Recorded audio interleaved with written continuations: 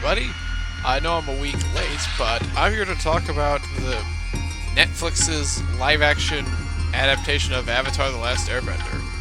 I just kind of wanted to talk about this because, well, I really like the cartoon.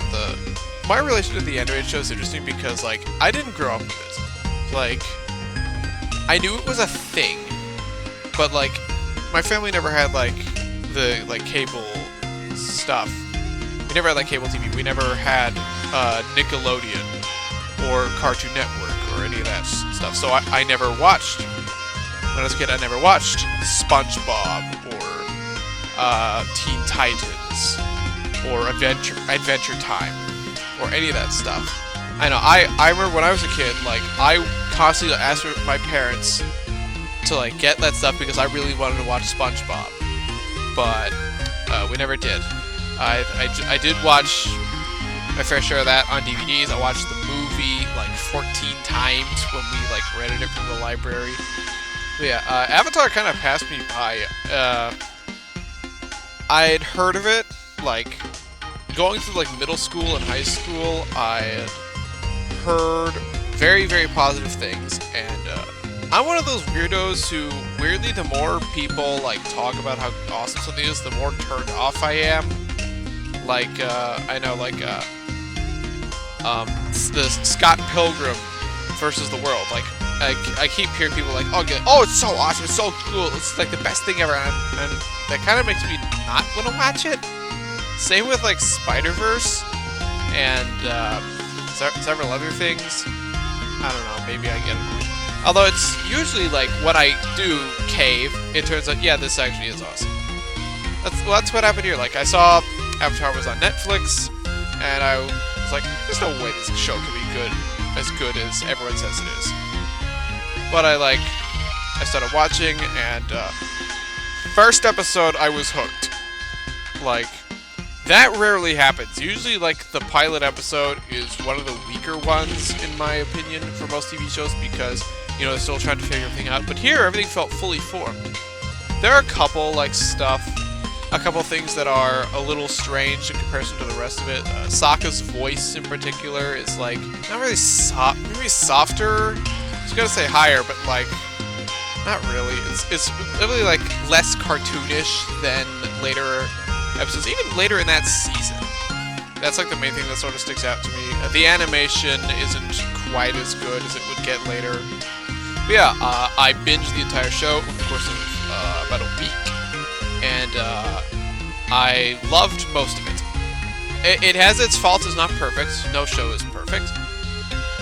But I'd say it's up there with, like, Star Wars: The Clone Wars and The Simpsons, the first 8 seasons of The Simpsons, as, like, one of my favorite shows ever. I watched the Shyamalan film, because that was also on Netflix, and it is terrible. I don't hate it, like a lot of the fan base does, but I also don't really get upset at, like, bad versions of something I like. You know, when, like, I watched Jurassic World Fallen Kingdom in theaters, and after I got out, I was like, well, that was bad. Like, that's, like, one of the only times that, like, I saw this with, like, my best friend and my family, and all of us came out of that thinking, well, that sucked. It's, like, one of the only times it happened, but it was like, oh, well. I mean, it was kind of fun to, like, watch and kind of make fun of. You know, a lot of that was really stupid. And, the Shyamalan film is absolutely terrible. It's terrible cinematography, terrible acting, terrible direction. The changes to the source material don't really make sense. I think it is closer to the source material than some people give it credit for, but, you know, all the life is just sucked out of it, and all the color is sucked out of it. It's like, that's honestly my biggest complaint with a Shyamalan film. There's, like, no color, and the show is just so colorful. Yeah, there's a lot of browns, but, like, even the browns feel, like, colorful. Like, there's just no color here. Then the show got, like, a sequel, Legend of Korra. I've actually not watched that show yet. I know it is very polarizing among the fandom. I know the end game couple, because you can't go on something like, you can't search Legend of Korra on anything without coming up across, you know, what I think is like the last scene of the series. So, yeah, that's a thing. I do want to watch it at some point. I will, but like, not the moment. I've not read any of the books. I've read some of the comics. Not all of them though. I think actually I own like 2. Hold on, let me get one. Yeah, here it is. The newest one in the series is Azula and the Spirit Temple. A short one. It's like a single issue thing, but I just bought it because she's my favorite character. But yeah, I remember hearing like things about Netflix making a live-action Avatar show, because like the cartoon did super well on Netflix. Like it was like constantly at the top in like the most popular things watched for like months. I have no doubt that that Netflix is how so many people, again myself included, were introduced to Avatar. So yeah, I can't really blame Netflix for doing something like this. I remember hearing like talks of like doing like a modern like interpretation of the show, which just sounds like all sorts of no. Admittedly, part of me wants to see what would come of it out of morbid curiosity, because like I feel like these characters like obviously the world building is like really important for the show, but like the characters are so good, I feel like you can honestly plop them into just about any situation and they'd still be compelling. Like if they had like, this obviously won't happen because of the companies who own the properties, but like if Avatar crossed over with like Star Wars or Lord of the Rings, then I don't think they'd feel out of place. I think they'd actually fit in really well. I don't remember when hearing that they'd be making like a full live-action show. I know they announced it like years ago. It was like in development hell for like some time. I do remember hearing that the original creators, you know, Brian and Mike, were originally on, but they left due to creative differences. And after watching the show, I'm not sure what those were, because there's definitely things changed, but I'm not really sure if it was like one thing or a bunch of little things. Was it too similar? Was it too different? I don't know. That might be why like the official Avatar YouTube channel has not done any advertising for this adaptation. And then like a long while passed, and then a few months ago, I got like a recommendation on YouTube for like Netflix's Avatar: The Last Airbender, and I was like, is this like a fan-made video or something? But like no, it was like the official Netflix account. I'm like, all right, I'll watch it, and I don't know. Like by this point, I had forgotten this was even happening. So I clicked on the video, and I was like, I was actually kind of surprised. Like it actually looked really cool, and like visually anyway. Like again, I said my biggest complaint with the Shyamalan film was that it just looked so boring, and there was like no color. Well, here there was like all the color, and like everything looked so big and impressive. Like, and the characters actually looked like the characters. Shocking, I know. Like Zuko actually looks like Zuko. Like Katara and Sokka, you know, aren't white. I can't believe it either. I definitely had questions, but you know, I was like, okay, you have my attention. There were more trailers, there were posters, and and there were some things that made my eyebrows raise. Like I was thinking, wait, Azula's here? Wait, May and Ty Lee are going to be in this thing? Wait, the Fire Lord actually shows himself? And well, why? Because, well, we'll get to it when I actually talk about, like, the characters more. But, like, I had my doubts. Again, I had my doubts. I was cautiously optimistic, but, you know, this is Netflix we're talking about. Netflix were gonna ruin The Witcher by, like, you know, stripping, like, Henry Cavill of, like, any creativity, and then eventually just kicking him out of the show, period. Yeah. I've not watched that, but I'm really sorry for all Witcher fans out there. At least the Castlevania shows are good. Anyway, but yeah, they dropped all of this. They dropped all 8 episodes at once, which is weird. Why do they do this? Like, why didn't they just do that 1 episode at a time? They dropped them on, like, February 22nd, which was the day after the 3-episode premiere of Season 3 of The Bad Batch. So I had a lot of TV watching to do. And I didn't watch all the episodes, like, in a row because, like, it's like 7 hours. And I have other things to do. Well, actually, first, I watched all of Book 1 of the cartoon again. Just so I could be up to speed on everything, and so I could, like, point out, alright, that's different, that's different, that's the same. I didn't watch Book 2 or 3, because even though I knew characters from those books were here, I had a feeling they would not add stuff from those, and I was right. Here we are. The 8 episodes are out. I honestly have no idea what the fandom thinks of them. I'm willing to bet they don't like it all that much, given how vehemently fandoms react to any kind of change. And some just dismiss it outright because of the original creators of the cartoon stepping down, or because it's live action and, you know, there's an argument that making it like a live action adaptation of something, of an animated property, sort of is disrespectful to, like, animation, because animation, let's be real, is still not as respected as it should be. Like, fucking Across the Spider-Verse, you know, hailed by just about everyone as one of the best movies from last year, was only nominated for Best Animated Feature. It did not get a nomination for Best Sound. It did not for Best Score, Original Score. Well, Dial of Destiny was, for some reason. It was not nominated for Best Picture. I was like, come on. But then again, like, Godzilla -1 was only nominated for, like, Best Foreign Feature or some. Actually, was it? Hold on, I'm gonna look that up. Yeah, it was only nominated for Best Visual Effects. Yeah, it wasn't even nominated for Best International Feature Film. Like, what? Come on, guys. Though at least, like, the people who worked on it, like, I saw that video of, like, them celebrating their nomination for Best Visual Effects. That was really hard.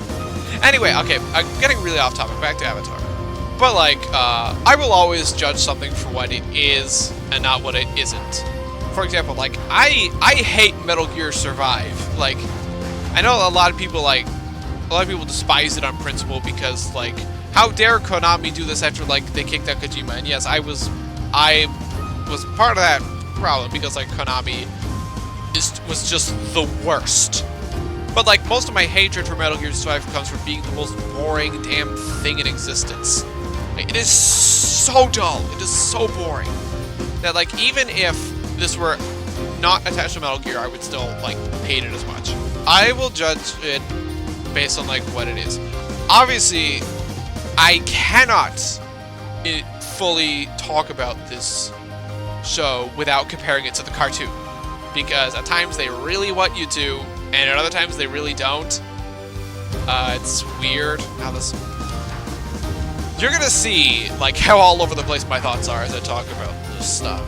I guess I'll start with the visuals, because, like, the visuals are something that I honestly don't really have any complaints with. Like, again, the Shyamalan film was so dull to look at.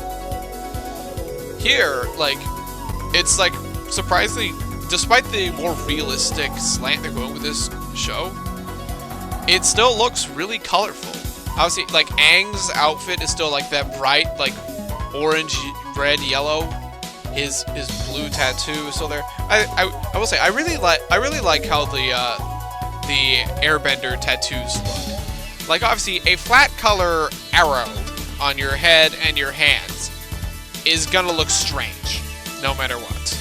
You can get away with that in a cartoon, but, like, you can't just have, like, just a flat color tattoo like that on a human being, a real human being, and not have it look silly. So they have like, if you look closely, there's like this little pattern that they have, and it looks very nice. The Shyamalan film actually did this too, but the whole era was a pattern, and I thought it looked fine there, but I like this better. Most of the characters like have like the exact same like outfit as in the cartoon. Sokka's like hair like is sort of like mohawk wolf tail thing is less noticeable because like they didn't like shave like the sides of his head. So at first I couldn't even tell like he had like a wolf tail, but like you'll spot it like when you like look at his head from like the back.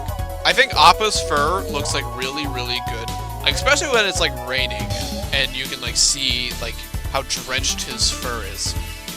Momo also looks really good. Like the original design of the cartoon was obviously meant to look more silly than cute, and the design of the Shyamalan film just looked atrocious, like everything. But it looks really cute here. The effects on the bending, I really like how like firebending, you can see like the heat aura coming off the fire. Like sometimes the auras from like the firebending and the airbending are a little visually distracting, but I really like the effect they have most of the time. Because like in the real world they would have like that effect. Like in a cartoon, like animating all that would be really difficult and might end up being more visually distracting than it would be like in real life. So like again, like you know, like 2D is really good at simplicity. Like you try to add a lot more detail in, and the drawing starts to look overcomplicated sometimes. Live action stuff, and even like CG films, like the beauty is in the details. And I think like the show does this like really well. The locations look really cool, like the Northern Watch Harbor. I think Omashu looks really cool, and the Fire Nation capital. I forgot what the name of the place was. Like these all look really cool. I think a lot of these, most of these are sets too. Like there's definitely areas where I can definitely tell like, oh yeah, that they used CG it. They used a green screen. Like sometimes the green screen when the characters are writing Appa, I can definitely tell. But like most of the time, it feels like they're like in an actual location. Again, like the effects I think are actually mostly like really solid. I think like they're definitely a lot better than most of what the live action Disney Plus shows or a lot of the Disney films, live action stuff do, because you know obviously because like Disney is obviously stretching their VFX teams thin, and I don't know if like Netflix has like their own VFX stuff, but I didn't notice like too much noticeable distractions. There are a couple times when like characters are like doing like ridiculous moves like far away. I'm like, all right, that's CG. But most of the time it looks nice. I think the action filming is mostly fine. Again, like the Shyamalan, I swear I don't hate Shyamalan, but like sometimes he's like notice my directing. So he like has all this like panning shots, which is supposed to look impressive, but really you just have like a bunch of people like in the background standing around doing nothing until like the camera is ready to focus on them, and it looks awkward and dumb. Especially that scene where like Aang and Zuko, you know, Zuko's the Blue Spirit, and they're like fighting off Zhao's forces. Here, the action is obviously like much more focused. It's generally exciting enough. I wouldn't say it's not exceptional, but you know, it gets the job done. I wasn't confused by anything that was happening. I could always tell like what was going on, who was where, doing what. There were a couple times when like the focus wasn't on what I think it should have been, but you know, it is what it is. This is okay. This next thing, I don't know what people are gonna say, but I think this is something that I think the live action show actually does better than the cartoon, and that's the music. The cartoon score was fine. You know, I like the fact that they actually try to make it sound like East Asian, but also so remarkable. And like, I swear, the first season, like they played the same like tension theme, you know, theme, like, every single time the characters got into, like, a sticky situation. Just, like, 10 times in, like, the first half of the season. And it got really tiring. Like, I don't know what it is, but, like, video games just do this stuff a lot better than movies and TV have ever done. I'm definitely using, like, video game music over this video right now. This show still does, like, the China's on E Station a little less than the cartoon, maybe, and some people might have a problem with that. But there's obviously, like, less repetition of the same music, so that's obviously a plus. And I like the whenever the music decides to go grand, first of all, it is generally used at appropriate times, like the first scene when the Fire Nation is attacking the air nomads. Like, they have, like, this, like, big, like, Star Wars bombastic sounding thing with, like, a chorus. That sounds really good. I'm gonna have to, like, maybe, like, listen to, like, the soundtrack. I don't know if it's, like, on YouTube or Spotify or something. But I do at least think I wasn't annoyed by repetition like it was in the original. Yeah, that's a presentation of the way. I guess should I talk about, like, the characters first, or should I talk about go to each episode itself? All right, I guess I'll talk about the characters, since I'm looking at the Wikipedia's cast thing right now. This will jog my memory. Avatar is a very character-driven show in my eyes. Obviously, there's a plot. Like, the plot is generally moving forward. There's some, like, filler stuff, like, in the cartoon. But, like, it is generally... Book 1 especially is, like, very linear. But the characters are why everyone likes it. Like, the plot is, you know, pretty basic. You know, it's like, oh no, it's like, Aang has to, like, master all the elements before the comet comes and the Fire Lord kills everyone. But, you know, it's the characters, which is why everyone loves this show. And in my opinion, a successful Avatar adaptation is going to handle primarily on how they handle Aang and Zuko. And I'll start with Aang first because he's the main character. First of all, I want to say that Aang and Zuko, I think, look about as close as you can to the cartoon in live action. Zuko especially. Like, I saw some, like, special features with, like, the cast, like, on YouTube, where, you know, like, Zuko's actor, you know, had his full set of hair, and I'm like, okay, you look exactly, he looks almost exactly like him. Like, so, like, if this show does get to, like, book 3, then we know that he's gonna look the part. But yeah, Aang is, he's probably the one they changed the most. Maybe? Because, like, in the cartoon, like, he's very, like, like, I think Aang is, like, one of the best, like, character, like, introductions ever. Because, like, when he frees himself from the ice, like, gets free from the ice, and he, like, it's like, opens his eyes, sees Katara, and, like, there's something I must ask you, and Katara's, obviously considers his son, and he just goes, will you go penguin sledding with me?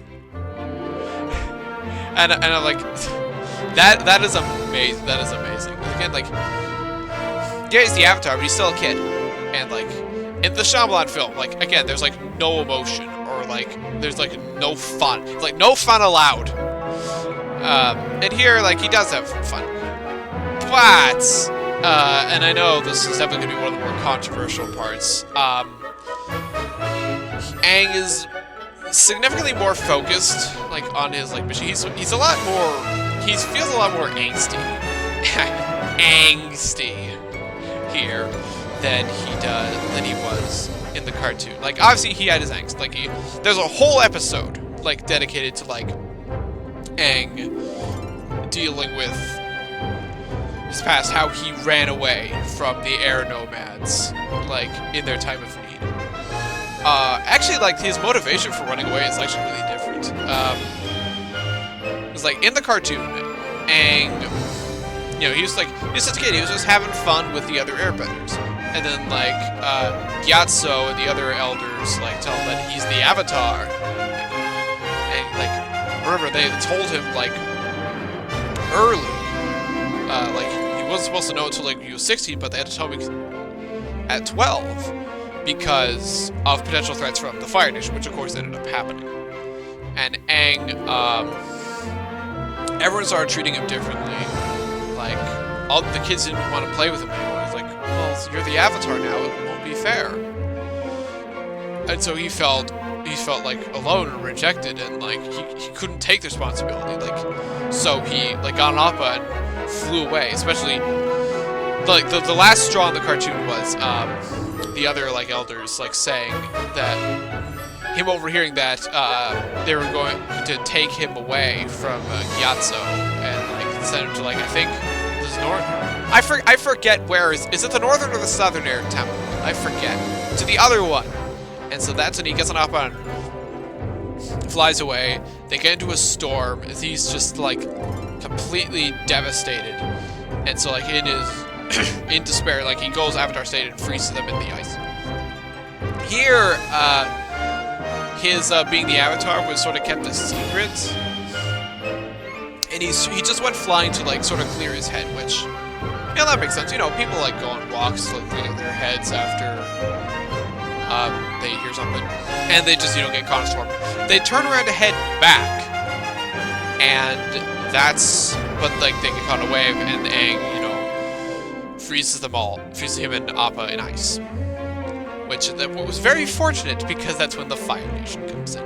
Okay, at this point, I think I'm just gonna go over like the episodes themselves and talk about characters when we get to them. I think that's gonna like be structured a lot better. But yeah, that actually happens in the first episode. So the first episode is just called Aang. It's so it starts off with an earthbender, like I guess he's a spy or something. Like he's running away from some firebenders. He's trying to like get a message to the Earth King because it's like the Fire Nation is planning to attack the Earth Kingdom. This is 100 years ago, by the way. So this is when Sozin is still the Fire Lord, and he gets captured. He gets taken to Sozin, and it's like, well, people are gonna know about this. And Sozin's like, attacking the Earth Kingdom was just a distraction. My real plan is the air temple, and he executes him. The cartoon couldn't really do that much with violence because, you know, it was still a Nickelodeon cartoon. They couldn't like probably show the rest of the winter. That's how like Jet's death in the cartoon was kept so weirdly ambiguous. Like, you know, did Jet just die? You know, it was really unclear. But like here, this is like TV 14, I think. So Sozin just incinerates him, and like we don't actually see him like die, but like we see the Earthbender's like corpse fall to the ground, and like it kind of looks like Anakin at the end of Revenge of the Sith. You know, when he's on Mustafar and he's getting burned alive, and like that's gruesome. We see more of that stuff here. Like we get to see like the Firebenders attack the the Southern Air Temple. I'm reading Wikipedia on this to get to jog my memory. Yeah, the Southern Air Temple. We see the Firebenders attack, and I don't remember if we fully see this in this show. We definitely don't in Book 1. In the Firebenders attack, Gyatso. This time, Gyatso actually fights Sozin. And, you know, can't really do all that much when the comet is overhead and he's fighting the most powerful firebender in the world. And poor Gyatso, he tries, he puts up his best, but Sozin incinerates him. And then they kill all the kids, not on screen because, you know, Revenge of the Sith. But yeah, this actually kind of reminded me of Order 66. Again, I said the Star Wars music really adds to the comparison. That's like the first 20 minutes. The first 20 minutes of the episode is just the flashback. Yeah, by the way, yeah, all these episodes are much longer because I guess every live-action show now has to be a minimum of 40 minutes. This first episode is like over an hour. And I'm like, okay, complaint number one. I don't like this. I don't like that like every live-action show needs to have their episodes be really long because you get less episodes that are just longer. And usually the pacing takes a massive dump whenever that happens. Now, I think the pacing of this show is actually mostly fine. Like, I didn't notice anything. Like, in other shows, like Lord of the Rings, Rings of Power is probably the worst example I can think of right now. Even like the Obi-Wan show, a lot of the live-action Star Wars shows, the pacing is just so sluggish and boring. Here it isn't, although I'm wondering if that's just because I'm constantly looking for stuff they do different from the cartoon. But yeah, we cut to like 100 years after. We go to the Southern Water Tribe. We see like Katara trying to waterbend, and obviously, you know, she can't. She's not really all that good at it. Though, like here, like she can like barely like make waves. Whereas in the cartoon, she, well, can't accidentally, but she's still, like, you know, in anger, like, thrashes the water around, which is, you know, how she accidentally breaks Aang's ice sphere. But, like, here, Katara and Sokka are fishing, you know, it's basically the cartoon. They're going through the glacier, and they hit the iceberg, and the iceberg shoots out the giant light, and Zuko, on a ship, sees the light. You know, it's basically again, it's like the cartoon. So, he sets out to find him. So, Aang comes out of the iceberg. He does not wake up, like, immediately. He's unconscious, and they go bring him to the village. That's weird. I don't know, I don't think I like that change. Everyone is, they're like, what is that? And Gran sees like the tattoos, like, he's an airbender. And yeah, she's like, unfortunately, there's another change I don't really like, that Gran is now this like, yeah, the typical like exposition like granny. Like she does the whole, I think she like recites the whole like narration from the cartoon, you know. Long ago, the four nations lived together in harmony. Then, everything changed when the Fire Nation attacked. You know, as if they all don't know that.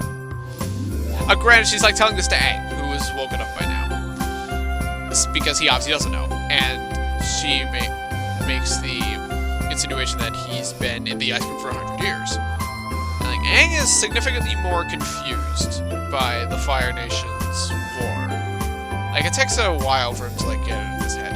Yeah, they go to the Fire Nation ship, and Aang gives Katara some encouragement, and now she can create a ball of water.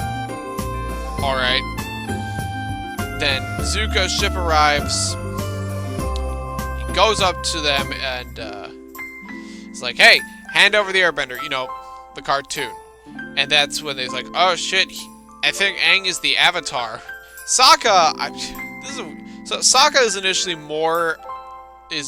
initially like less hesitant to like hand Aang over. Like he's about to like do it until like Katara tells him to stop. I don't know if I like that. They fight, and I notice here like in the cartoon, like all the men have gone off to war, but here there's still like some like young men and some teenage boys around Sokka's age that are still here.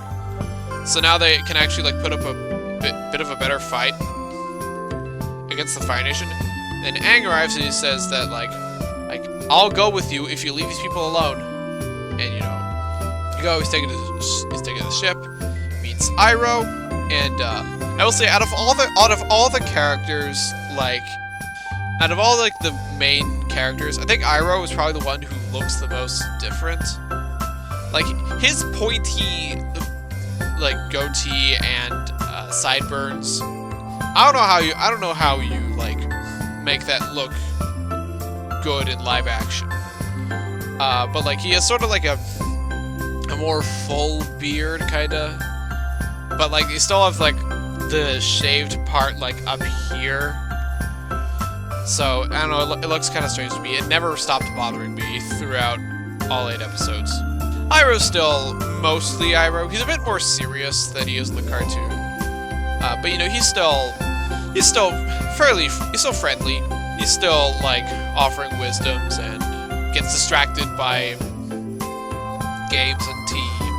Iroh sort of like tells Aang like stuff about like why the Fire Nation's doing their stuff, and while making it clear that he clearly does not fully agree with them. Katara and Sokka, like, they fly opposite Zuko's ship, and this is why I say I don't like that they bring Aang unconscious to the village on their boat.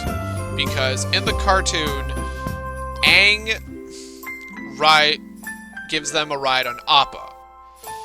And that's how they figure out that him going yip yip is the way to get Appa flying. So, when they go on Appa to rescue Aang in the cartoon, they're initially not... Appa just, you know, doesn't listen to them. They just met him. And, like, Sokka's like going, what does he say? Like, what does that kid say? Hey, like, yep, yip, and that gets him flying. And, like, that change, like, sort of now makes them being able to fly Appa not make much sense, in my opinion. Aang escapes Zuko. Here, he steals Zuko's notebook, which has some things on, like, because, you know, Zuko's trying to look, you know, hunt for the Avatar, he's, like, probably got research, like, on all the Avatars. This is definitely not on the cartoon. Don't remember what this actually does in later episodes, but, you know, that happens. Sokka and Katara get him on Appa and they fly away. You know, Zuko tries to, like, blast them down, but, like, Katara somehow managed to extinguish it with waterbending, which, by the way, they're like 100 feet up in the air. I don't know how she did that, especially since she's still just learning. They go to the Southern Air Temple because, you know, if they go back to the Southern Water Tribe, Zuko's gonna follow them and probably destroy the place. Aang finds Gyatso's skeleton and he starts glowing, makes this big tornado, you know, kind of like the cartoon. This is another change that I think is very strange. So, in the cartoon, it's Katara, you know, braving the winds.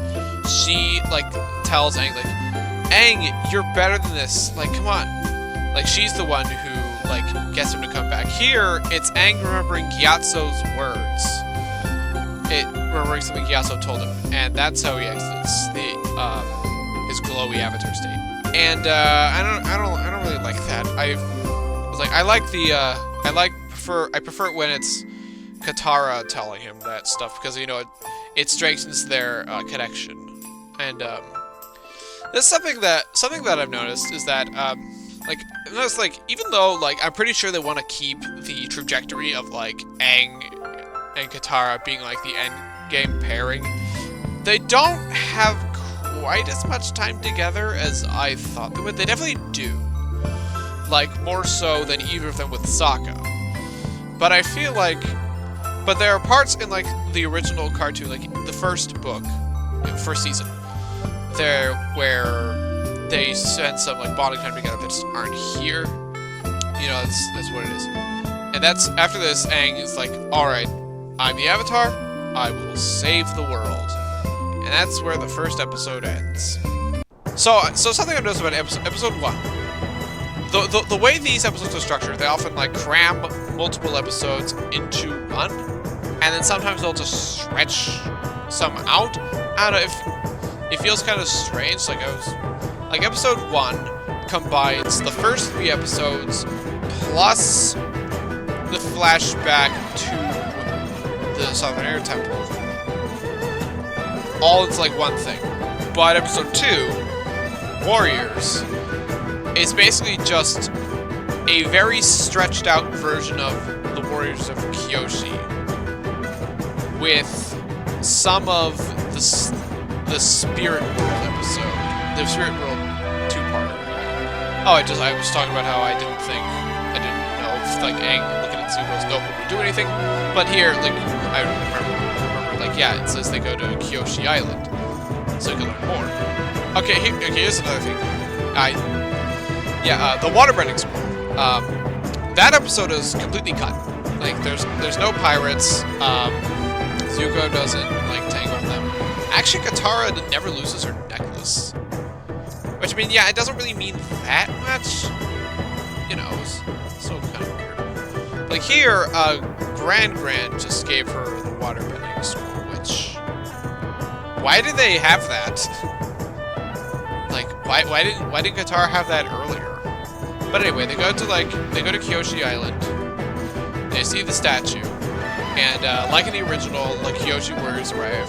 They capture them, but then when Aang goes like, "I'm the Avatar," and like the statue like shines down on him, they're like, "Oh shit, he's the Avatar," and they let them go. This is also when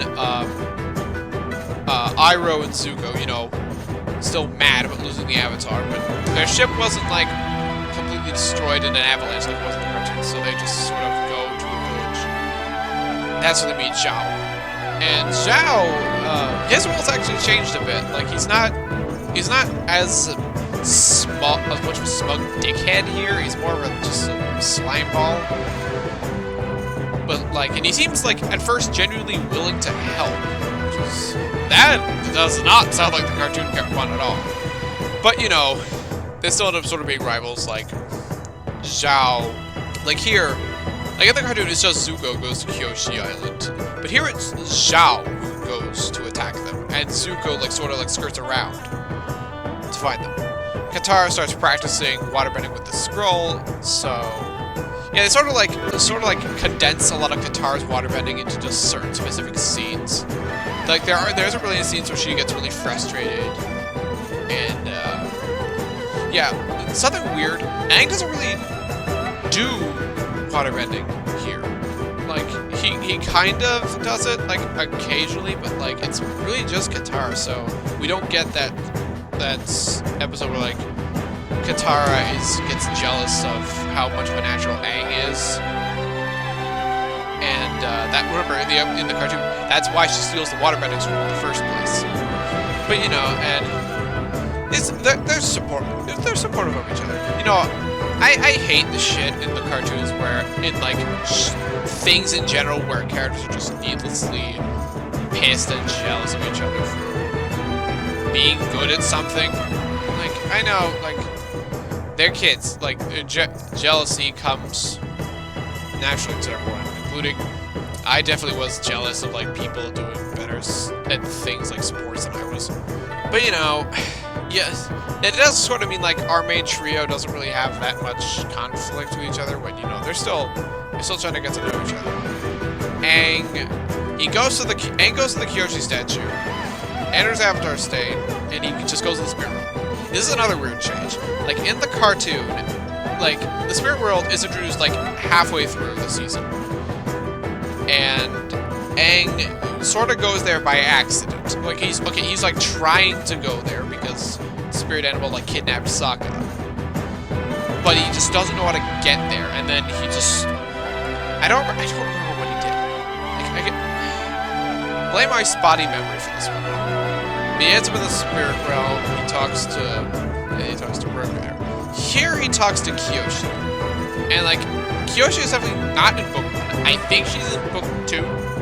I think that's where she's introduced. And I find this interesting because, like, this is the first of several examples of ways you can definitely tell how much this show is aware of the impact of certain characters. Let's be honest, out of all the previous avatars, including Roku, like, aside from Aang and Korra, Kyoshi has easily the breakout one of the bunch. She's had 2 whole books about her that I have not read. She constantly wins polls on like who's your favorite avatar, who's not Aang or Korra. Like she is really popular, and she's basically how I remember her, you know, a strict hard ass. She's telling him that like the avatar is supposed to be a strong warrior because, you know, Kyoshi's kind of a violent asshole. Remember didn't she like split like a chunk of land away from the rest of the landmass one time? So Aang is I've said this before, but like Aang is harder on himself like in this show than he is in the cartoon. And I'm wondering if in universe the reason why is just because he talked to Kyoshi instead of Roku first. And Kyoshi's, you know, not soft. She is very hard on everything. So I'm like, so it's technically her fault in universe that Aang is angsting a lot more than I would expect. Meanwhile, Suki and Sokka, you know, do their thing. They like she's like teaching them to fight, and this I know is probably the most controversial thing about the show from what I've seen. I knew it was going to be the second I heard it. Is that yeah, Sokka's sexism has been almost completely scrubbed out. Now, on the one hand, yeah, the scenes in that Kyoshi Warriors episode in the cartoon of him, you know, talking down to them, like, oh, girls can't fight and stuff. That's cringe. Yeah, of course, I cringe every time I watch that. But it's also like intentional cringe. That's sort of he learns. It's like. Remember, he says, like, I was treating you like a girl, but I should have been treating you as a warrior. It's just like, well, I am a warrior, but I'm also a girl. You know, learn that the two are not mutually exclusive. I understand, like, you know, in our modern climate, people are generally, like, showrunners are, like, terrified of just playing, like, anything politically incorrect from a character you're supposed to like. So like, yeah, like again in the first episode, instead of Sokka going, this is what you get when you bring a girl along. Here he's more concerned that, you know, Katara being a waterbender is gonna make the Fire Nation gonna find out, which is a legitimate concern, and it does make him nicer and more sympathetic, I guess. But it also means he's kind of left without a character arc. At least at first. Like, he does have one. Like, where, like, he's... remembers, like, talking to his dad, which is in the cartoon, but isn't really that big a thing. But, like, he's, like, trying to, like, be like, I am going to be a warrior. I think that works okay. We're gonna see that more in, like, later episodes. But it does mean that Sokka doesn't really undergo a change here, and so I don't know.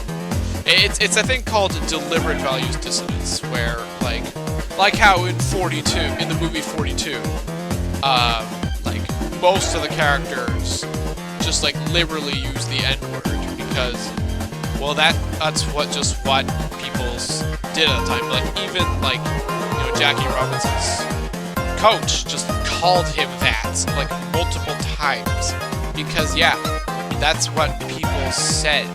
These people said that like back in the day. Yeah, it's like it's obviously cringe to like modern audiences, but like it's intentional to make it more authentic.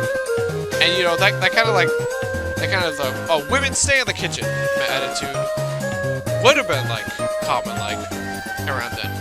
I'm wondering if part of the reason they did this was just to make sure the Fire Nation wasn't, you know, the bad guys weren't more inclusive than the good guys. We'll get to like the Northern Water Tribe soon. You know, like there's still sexism like in the show, but like yeah, the characters display it like in the show, but like not. But Sokka doesn't. Anyway, okay. Soapbox rant over. Back to, you know, the actual show. Suki and Sokka get a lot more screen time together. Definitely because like the episode is twice as long as the original cartoon. They learn to fight. They seriously like each other. I kind of like how they're both kind of awkward around each other. So, Suki apparently has never actually left the island. This is like one of, if not the first time she's seen like a teenage boy before, and she just kind of gets flustered. Like, she sees him without his shirt on, and I know that's going to be popular with some people. I think they're pretty cute together. Suki is another one who I think looks like almost dead on, like how she looked in the cartoon. Her hair isn't like as noticeably red as it is, but like the makeup, like the Kyoshi makeup looks really good. Again, like the costuming in general is like really, really good. Like here, like a lot of times in live-action adaptations of anime source material, it's just like the characters are wearing cosplay. It doesn't here, for the most part. And Suki is one of the best examples of this, alongside Zuko and Aang, as I said. They come close, and you know, they do the almost kiss thing, and that's when the Fire Nation comes in. And again, like Zhao and his troops fight the Kyoshi, while Zuko sneaks around to like fight off Aang. Katara tries to fight him, but she loses. And then Aang. So they have this part, the part in the cartoon where at Roku's temple, Aang transforms into Roku and blasts the bad guys away. They do that here, but he transforms into Kyoshi. Again, presumably because like I feel like more people these days, not super familiar with the cartoon, know Kyoshi a lot better than Roku. Roku's still in the show, we'll get to it. But like again, they're putting a lot more importance on Kyoshi than a cartoon did. She also like gives them like a vision. This is another change that I'm split on. She gives them like a vision of the Northern Water Tribe. And that is what drives them to go there. Instead of, hey, let's go to the Northern Water Tribe so that we can find Katara and Aang a waterbender master. Yeah, they still do that. But here they're driven because like Aang has a vision that the Water Tribe will be destroyed by the Fire Nation. That is extremely strange. And also, like, Kyoshi doesn't tell him about the comet. Actually, no one does. Which is weird. The comet is still in the show. But the way they put it in feels very last minute. And we'll talk about that when we get into the season finale. And, like, afterwards, we get to the final part. Like, after they leave Kyoshi Island, that's when someone gives like a message to in the Fire Nation, like one of the like warrior leaders like gives like a message to the Fire Lord. And this is interesting. You know what I was talking about with Kyoshi, how like everyone knows like Kyoshi, that's why she has more points here. We actually see the Fire Lord in this show. Like, again, very end of episode 2. That's when we see him for the first time. Where in the cartoon, we didn't really see him at all until season 3. Like, he was sort of in shadow. He barely spoke. Like, he had like a total of like, I think like 4 lines in season 1. But here, I think he's actually in, like, makes appearances in, like, every episode of season 1 from now on. Like, he still doesn't really do much. He's just always in the palace. But he shows up a lot, and, I'll say, he looks very... He looks about what I expect. He's actually played by, Daniel Dae Kim, who was actually the voice of General Fogg in book 2 of the cartoon.